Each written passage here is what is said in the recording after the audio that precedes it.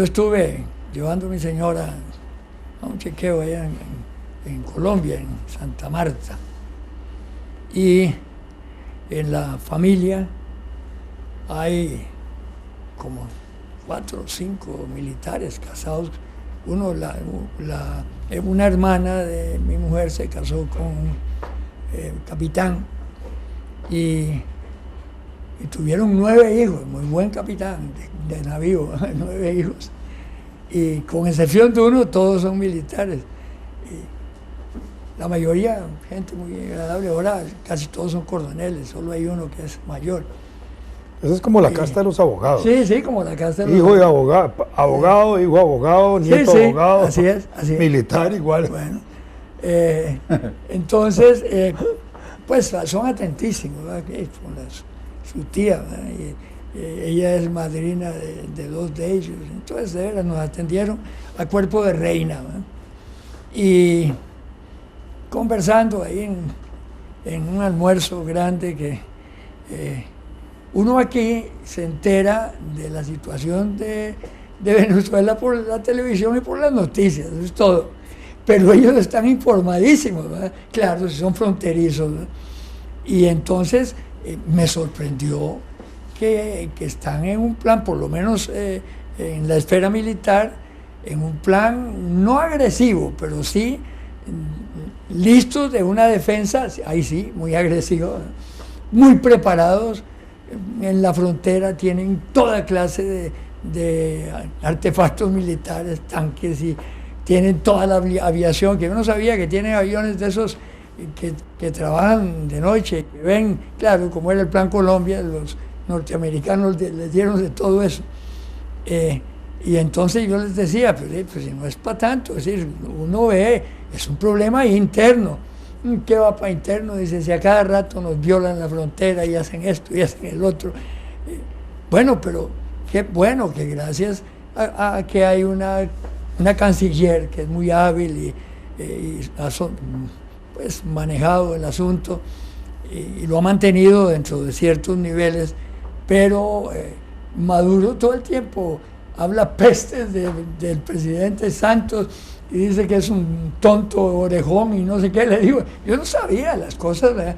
Entonces sí me preocupó ver la gente de la costa, es gente muy tranquila, y estos pues no son costeños, todos nacieron en Bogotá, casi todos, pero hay 2 de ellos que están asignados en Colombia, y hay uno que está casi en la frontera, ¿verdad? Y me llamó la atención la actitud, es decir, que no es la misma que uno como observador imparcial realmente ve. No, es una actitud pre-guerra, ¿no? Así lo sentí yo. Espero que no suceda nada, porque al fin y al cabo habrá muchos muertos de gratis, ¿verdad? Que no se justifica. Pero hay que ganas del gobierno de Venezuela de estar fregando a los colombianos, de poner tensión en la frontera con los problemas internos que tiene, con la aviación violando el territorio de Colombia. Eso es. Que no le han bajado todavía un avión, pero en cualquier momento lo hacen. Salvo que, digamos, provoquen un conflicto. Eso fue lo que me dijo uno de ellos. Provoquen un conflicto para usar ese conflicto como un pretexto de que es como la avanzada contra el gobierno de Maduro desde el punto de vista internacional, sobre todo pensando que en Colombia también hay 8 bases militares norteamericanas. Sí. 8. No jugando ahí. No. Pero 8 bases no significa que el país está ocupado. Pero no son bases nicas como las que tenemos nosotros. Es que eso está así desde la época de la lucha contra las guerrillas. En el fondo, claro. 8 bases militares se sienten en todas las esferas de la vida pública y de gobierno, sobre todo. Y es que firmaron... Y militar, digamos, un ejército como el de Colombia, que es tan poderoso y tan fuerte. ¿Sabes cuánta gente 4 veces más grande que el de Venezuela. 500,000, 480,000. No, debe ser más. Bueno, eso me dijeron a mí, ellos, los militares, sí, 480,000 hombres sobre las armas. Que bueno, no en plan posiblemente en plan de emergencia de guerra sube a 900, ¿verdad? No sé, pero lo que está permanentemente son 500,000. Casi tan grande como el de Turquía.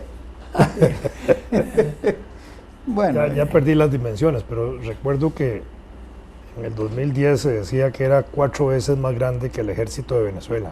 Sí. Y ¿Cuánto tiene Venezuela? Dicen no, ahorita no unos recuerdo. 80. No, puede andar un poquito más. Sí. Si la milicia popular tiene 500.000, claro. el ejército debe tener 200.000, 300.000, por ahí. Ahí me mandó uno de tus socios, de esos de la red, una vaina simpaticísima, que sobre el expresidente que murió, ¿cómo se llama?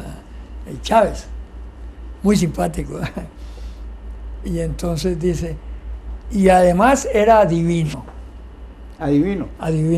Pues por favor tenés que haber visto, que está en las redes. Entonces sale él, lo están entrevistando y sale hablando y diciendo que vean cómo son las cosas, que la opinión de la gente es que la moneda se iba a ir al carajo, que el país se iba a descomponer, que había que crear controles en esto y en el otro, y que vean que no hay nada, y describe todo lo que ha hecho Maduro. Entonces dice, y además era divino.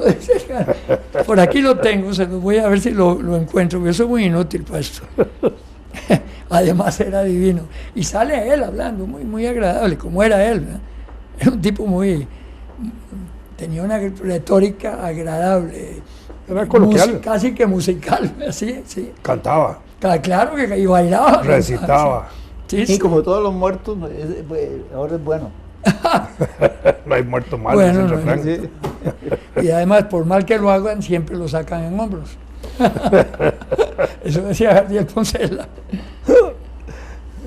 A propósito de esos cuentos que andan en la red, yo recibí uno muy simpático, verdaderamente simpático, que son 2 niños, una parejita, una niña y un niño, ¿verdad?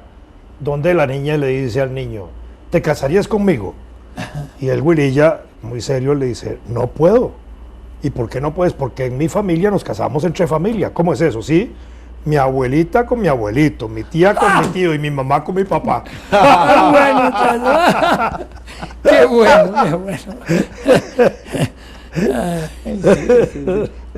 Una visión infantil de la endogamia. Sí, totalmente.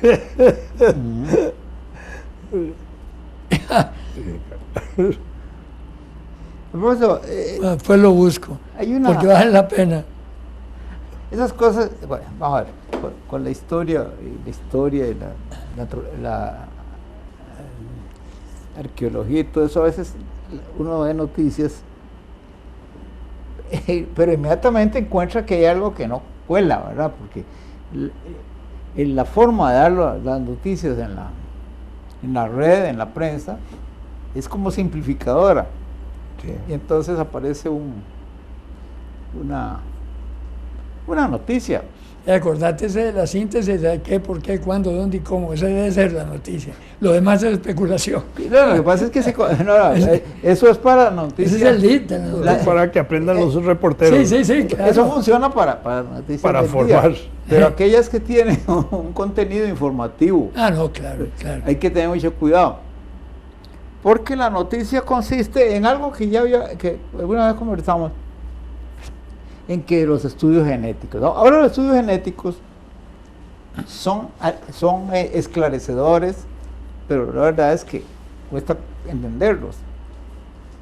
Y los científicos cogen y estudian el ADN de un número de personas ubicadas en distintos lugares y sacan conclusiones que se basan en la información que da el ADN. Ahí uno dice, no se puede discutir. Digamos, en este caso, descubren, entre comillas, algo que ya todos sabíamos, que los indígenas, ahí tengo un problema porque en la red reclaman cuando uno dice indígena, aborigen, y entonces uno es racista. Pueblos originarios. Bueno, los pueblos, sí, pero ¿quiénes son los pueblos originarios? Sí, pero si uno dice indígenas, dicen, no tienen nada que ver con los indios. Son los indios de la India. Son aborígenes. Sí, indios de la India. Esa discusión como que me agobian, para no decir una palabra que se a la abuela. Me agobian. Y entonces, la noticia es esta, la información. Noticia es lo que ocurrió hace un minuto. es que los indios, oiga esto así, los indios de Siberia, no. Los siberianos de la India. No, todavía peor. Es los eslavos de Siberia. Ajá. Son primos de los indios de México. Bueno, pues se podían comunicar allá por Alaska, seguro. Por supuesto que, pero claro. El estrecho de Bering, ahí pasaban. Bueno, eso lo sabemos. Esto es un cuento muy viejo ya, que se va afinando, ¿verdad? Sí, pues claro. Entonces, describen los detalles científicos como se pueden poner en un periódico. Y bueno, sí, encontraron eso, ¿verdad? Pueden decir, pero entonces enseguida digo yo, aquí alguien me está agarrando de maje, porque ¿cómo iba a ver el Lavos en Siberia? Claro.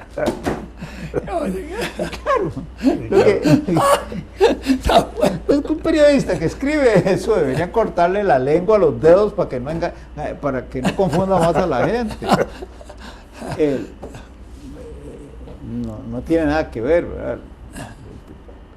Si dicen ahora sí, los aborígenes de Siberia están emparentados con los de México, entonces ahí sí la cosa, y la demostración es muy bonita porque ya y ponen claro algo que ya la maestra le decía a uno, pero tal vez no es así, le lo contaba a uno, pero tal vez no es así, ¿verdad? Ahora ya no puedo decir que lo es, pero sigo yo cual telele eso. Oíme, a propósito de eso, de todo eso de Siberia y todo eso, hay el estrecho de Bering, hay dos islitas, una que es rusa, más grande, y la otra que es americana, que está más cerca de Groenlandia. No me acuerdo de Alaska. De los nombres. ¿Ah? ¿De Alaska? No, Alaska. No, pero Alaska no. No, la islita cerca de Alaska. Sí, cerca. No, están así como no, en el puente. Sí. Bueno, de todas maneras de Groenlandia también, claro. Es parte del problema. ¿No te acordás del Sí, nombre? ya me acuerdo. Sí, es que cuando me tocó hacer ese viaje hasta Vladivostok, el compañero mío, nicaragüense, ¿cómo se llama? Delgadillo, resolvió devolverse a Moscú en el tren. Yo dije, no joda, es morirse de viaje. Entonces yo volé de Vladivostok a la islita americana. Sí. Y me dijeron, puede volar, era mucho más barato, y están a la par, ¿verdad? a la rusa, en ese tiempo la soviética, ¿verdad? Pero ya yo estaba hasta, dije, no, pagué, ¿qué? $100 más, algo así, para volar a la otra islita. Entonces ¿Muchas veces he ganado? Sí, claro, y te congelado. En un kayak. Sí, en un kayak, sí. Pero estaba tratando de acordar cómo se llaman las dos islitas, porque es muy interesante ya verlas, es decir, la que está más cerca del territorio ruso es más grande que la otra, sí. Pero la otra que está pegada hacia Alaska es también muy bonita, tiene todos los servicios, como todos los gringos, ¿verdad? Tienen aeropuertos y de todo, ¿verdad? Y como decís vos, también tienen puerto libre, como donde paraba uno cuando iba para Inglaterra. Rápidas. Y comidas rápidas. Sí. Pero ahí te darías cuenta de esto, que el sol sale en el mismo momento en las dos islas, pero en el lado ruso es domingo y en el lado claro. americano es sábado. Y el horario es totalmente diferente. Pero el día, todo el día es diferente, es decir, amanece, son como 4 kilómetros de diferencia. Sí, están pegaditas. Y entonces los del lado allá amanecen sábado y domingo, y los del lado acá. Ahora, sábado. Yo supongo que se comunican de una isla a la otra. Por supuesto. Tener un tránsito muy corriente, ¿verdad? Porque ya cuando la gente está cerca es como el famoso,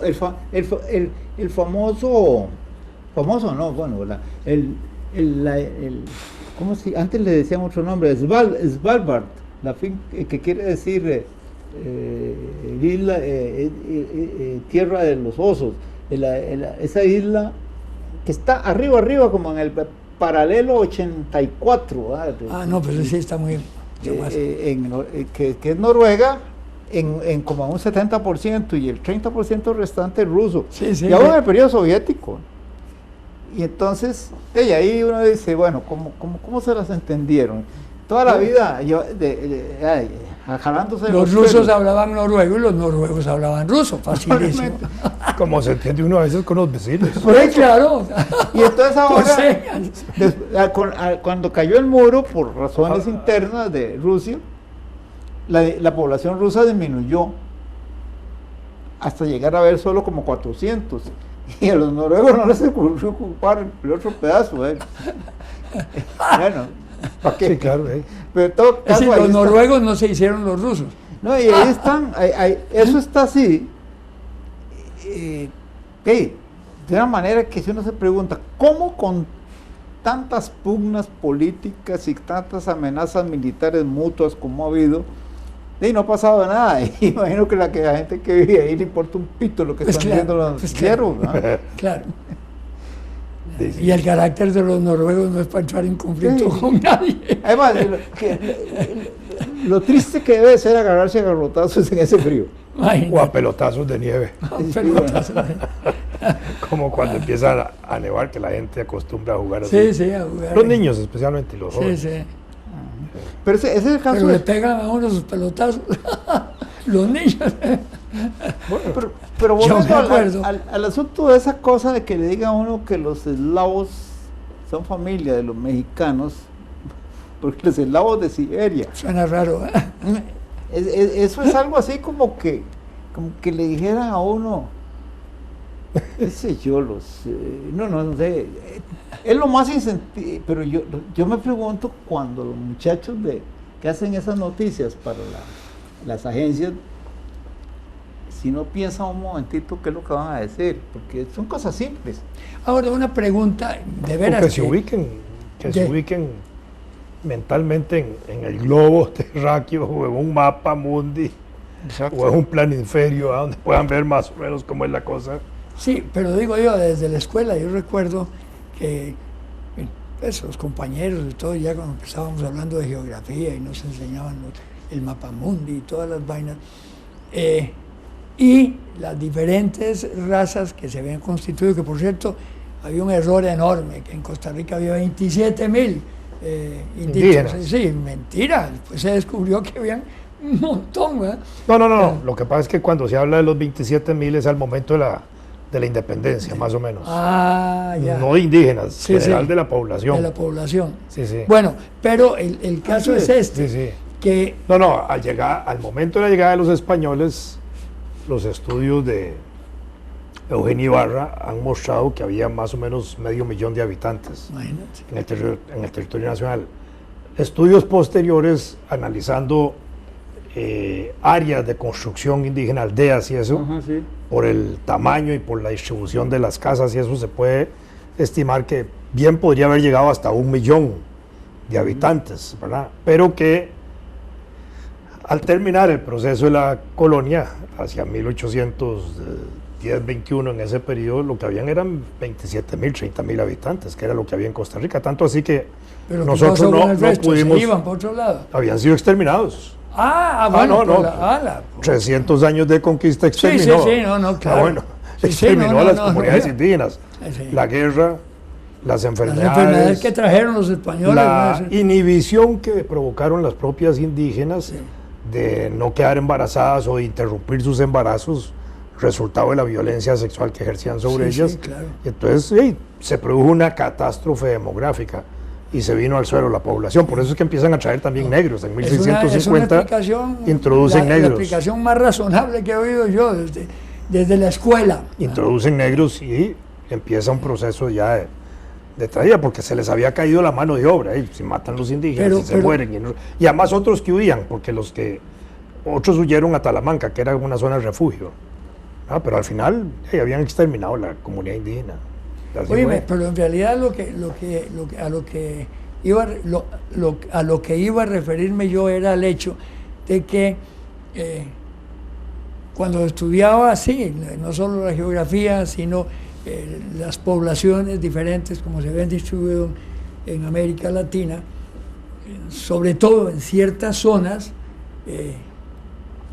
tienen algo de chino. Fíjate que por ejemplo, el campesino nicaragüense, el campesino colombiano, el campesino en esas zonas que son indígenas realmente auténticos, tienen algo de chino. Son muy morenos, pero tienen su rasgo.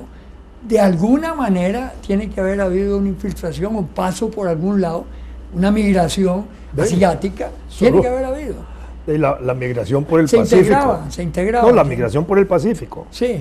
Porque digamos, para el caso americano del continente, está claro que hubo dos procesos de poblamiento, uno por el norte, por el estrecho de Bering, y otro cruzando todo el Pacífico, por las islas Aleutianas y todas esas islillas que hay ahí, hasta llegar a Pascua, y de Pascua usando la corriente de Humboldt hasta llegar al Alto Perú y Bolivia. Y entonces en ese trayecto asiático, probablemente, o el africano y asiático y la India y toda esa parte, seguro por ahí podía haber venido algún rasgo de esa naturaleza. Sí. Sí, es perfecto, sí. Sí. Pero la otra cosa es que los chinitos, se me ha olvidado, los chinitos sostienen que ellos llegaron antes que Colón a América, en 1412, por ahí, y tienen un barco gigantesco y han demostrado arqueológicamente la capacidad que tenía de aquello, solo que si llegaron, no llegaron en un afán conquistador. ¿Cómo se llama ese historiador? Ese historiador de apellido Kennedy que escribe. Sí, me suena, sí. Bueno, él escribe con mucho detalle sobre la rebelión contra la dinastía de los eunucos. Es muy raro ese nombre en China. Que ocurrió en momentos en que la armada china estaba ubicada ya frente a las costas de África Oriental para invadirla con un número enorme, más de 100.000, les recuerdo, infantes de marina, por así decirlo. Modernamente usado el término. Sí, y de pronto se devolvieron porque había habido una revolución en Palacio y entonces cambiaron los planes. Y cuando llegan al Palacio ya había cambiado el régimen también. Así fue. Pero entonces así fue, sí, cierto. La cuestión es esta, si uno se fija bien. ¿En cuál dinastía? Bien. Una de las dinastías esas que había en China, sí, pero eso es cierto. De los eunucos. Pero el asunto es que... Ahora, ¿por qué de los eunucos? Bueno, hay una historia detrás de eso que para proteger a las damas los eunucaban. Pero si uno se fija en la distancia que hay que navegar desde China a Kenia, que era la zona donde hubieron desembarcado, en 1503. Sí, claro. Y se fija en la que hay que navegar desde China hasta las costas, por ejemplo, de California, pues andan parecidos, así que si se hicieron por un lado, pueden haberlo hecho por el otro. Pues sí, claro. Claro. Sí. Entonces, bueno, dice que hay que aterrizar.